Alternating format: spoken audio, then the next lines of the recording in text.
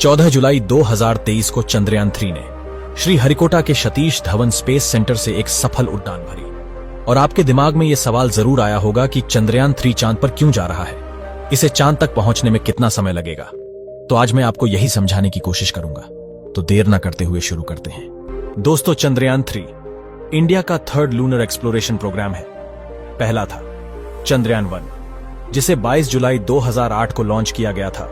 Chandrayaan 1 mission को करने में 170 मिलियन $, यानी लगभग 1364 करोड़ रुपए का खर्च आया था। यहां आपको पता होना चाहिए कि चंद्रयान 1 में भेजे गए मून इंपैक्ट प्रोब ने ही पहली बार चांद पर पानी ढूंढा था। चंद्रयान 1 को PSLV C11 रॉकेट के जरिए लॉन्च किया गया था। इसे चांद तक पहुंचने में सिर्फ 5 दिन लगे, लेकिन चांद के ऑर्बिट में जाने में इसे 25 दिनों का समय लगा। चंद्रयान 1 की सफलता को देखकर इंडिया ने अपने दूसरे लूनर एक्सप्लोरेशन प्रोग्राम चंद्रयान 2 को 22 जुलाई 2019 में सतीश धवन स्पेस सेंटर से GSLV Mark 3 रॉकेट के जरिए लॉन्च किया। चंद्रयान 2 को चांद पर एक ऑर्बिटर, एक लैंडर और एक रोवर ले जाने के लिए तैयार किया गया था। चंद्रयान 2 ने 23 दिनों तक पृथ्वी का चक्कर लगाया, फिर उसे चांद के ऑर्बिट में जाने में 6 दिनों का समय और लगा। 7 सितंबर 2019 में चंद्रयान 2 के लैंडर को चांद पर लैंड करना था, लेकिन लैंडिंग स्पॉट से लगभग 1 किलोमीटर की दूरी पर चंद्रयान 2 के लैंडर का कनेक्शन इसरो के हेडक्वार्टर से टूट गया और उसके बाद पता ही नहीं चला कि लैंडर का क्या हुआ, और ये एक फेल मिशन साबित हुआ। इस मिशन की लागत 870 करोड़ रुपए थी। अब बात करते हैं चंद्रयान 3 के बारे में। दोस्तों, चंद्रयान 3 को चांद पर खोजबीन करने के लिए तैयार किया गया है। इसमें एक लैंडर और एक रोवर भेजा गया है, लेकिन इसमें ऑर्बिटर नहीं है, क्योंकि चंद्रयान 2 का ऑर्बिटर चांद के ऑर्बिट में अभी भी ठीक से काम कर रहा है। इसरो ने जो चंद्रयान 2 के टाइम सॉफ्ट लैंडिंग के लिए जो कोशिश की थी, वो तो फेल हो गया, लेकिन चंद्रयान 3 का मेन गोल ही सॉफ्ट लैंडिंग करना है। और अगर चंद्रयान 3 चांद के साउथ पोल पर ठीक से लैंड हो जाता है, तो इंडिया पूरी दुनिया का पहला देश बन जाएगा जिसने साउथ पोल पर अपने लैंडर को लैंड कर लिया। दोस्तों, चांद के साउथ पोल पर सॉफ्ट लैंडिंग करना इतना आसान नहीं है, क्योंकि पूरे चांद के मुकाबले साउथ पोल में सबसे ज्यादा क्रेटर्स, माउंटेन और वैलीज हैं। और ये सब होते हुआ लैंडिंग के लिए एक परफेक्ट स्पॉट ढूंढना और उसे अर्थ पर से ही सही से लैंड करना अपने आप में ही एक बहुत मुश्किल काम है। दोस्तों, चांद के साउथ पोल में लगभग 24 घंटे अंधेरा ही रहता है।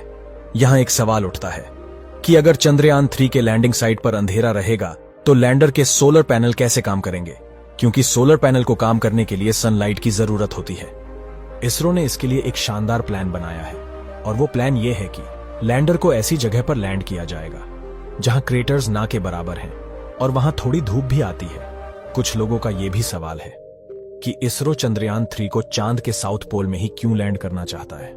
इसका जवाब बहुत इंपॉर्टेंट है। दोस्तों, हम ये जानते हैं कि चांद हमारी पृथ्वी से टाइडली लॉक्ड है, मतलब चांद का एक ही हिस्सा हमें पृथ्वी से दिखाई देता है। चांद का 41% हिस्सा पृथ्वी से हमेशा छुपा हुआ रहता है, और इस हिस्से में साउथ पोल भी आता है। दोस्तों, साउथ पोल में कुछ ऐसे गड्ढे भी हैं जहां करोड़ों सालों से सनलाइट पहुंची ही नहीं है, और अगर चंद्रयान 3 साउथ पोल पर सॉफ्ट लैंडिंग कर लेता है तो इंडिया इन गड्ढों पर रिसर्च करके हमारे सोलर सिस्टम के ओरिजिन के बारे में इंपॉर्टेंट इंफॉर्मेशन पता कर सकता है। साइंटिस्ट का मानना है कि साउथ पोल के गड्ढों में पानी मौजूद है, लेकिन बर्फ की शक्ल में, और यहां sodium, silver, hydrogen, methane, ammonia और मर्क्यूरी जैसे मिनरल्स भी मौजूद हैं।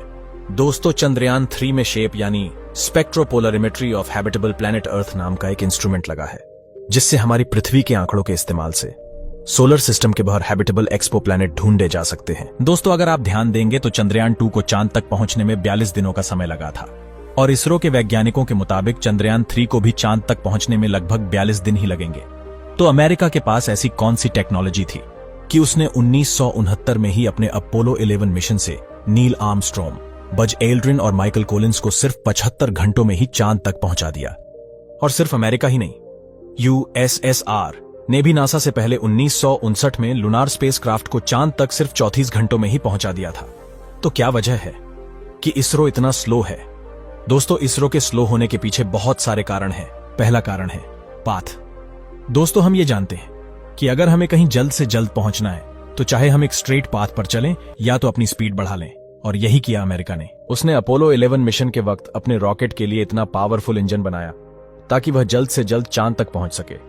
लेकिन आप यह तो जानते होंगे कि पावर के लिए पैसा भी लगाना पड़ता है। मतलब अपोलो 11 मिशन में जिस रॉकेट का इस्तेमाल हुआ था, उस रॉकेट का नाम था सैटर्न 5। दोस्तों, यहां आपको पता होना चाहिए कि सैटर्न 5 रॉकेट स्पेस साइंस की हिस्ट्री में अब तक का सबसे बड़ा और सबसे पावरफुल रॉकेट है। इसकी हाइट लगभग 100 मीटर और वजन 2800 टन था, मतलब लगभग 28 लाख किलोग्राम। इस रॉकेट ने लॉन्चिंग के वक्त लगभग 20 टन फ्यूल पर सेकंड इस्तेमाल किया था, मतलब इस रॉकेट के वेट में 85% वेट सिर्फ इसके फ्यूल का था। यह रॉकेट 3000 किलोमीटर से ज्यादा की स्पीड से ट्रेवल कर सकता था और अमेरिका ने इस रॉकेट को यूज करने के लिए $185 मिलियन का खर्च किया था।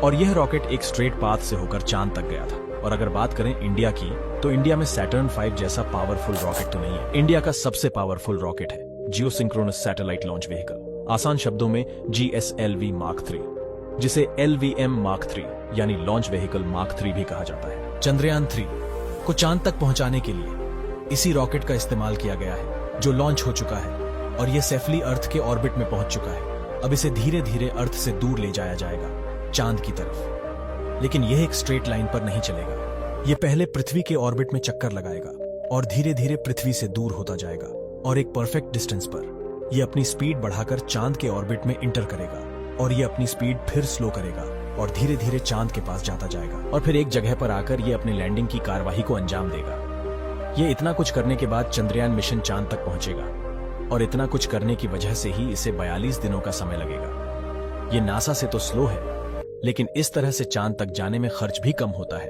और रिस्क भी, इसीलिए इसरो ये तरीका अपनाता है। इसरो के साइंटिस्ट को यह उम्मीद है कि चंद्रयान 3 23 या 24 अगस्त को चांद पर लैंड करेगा।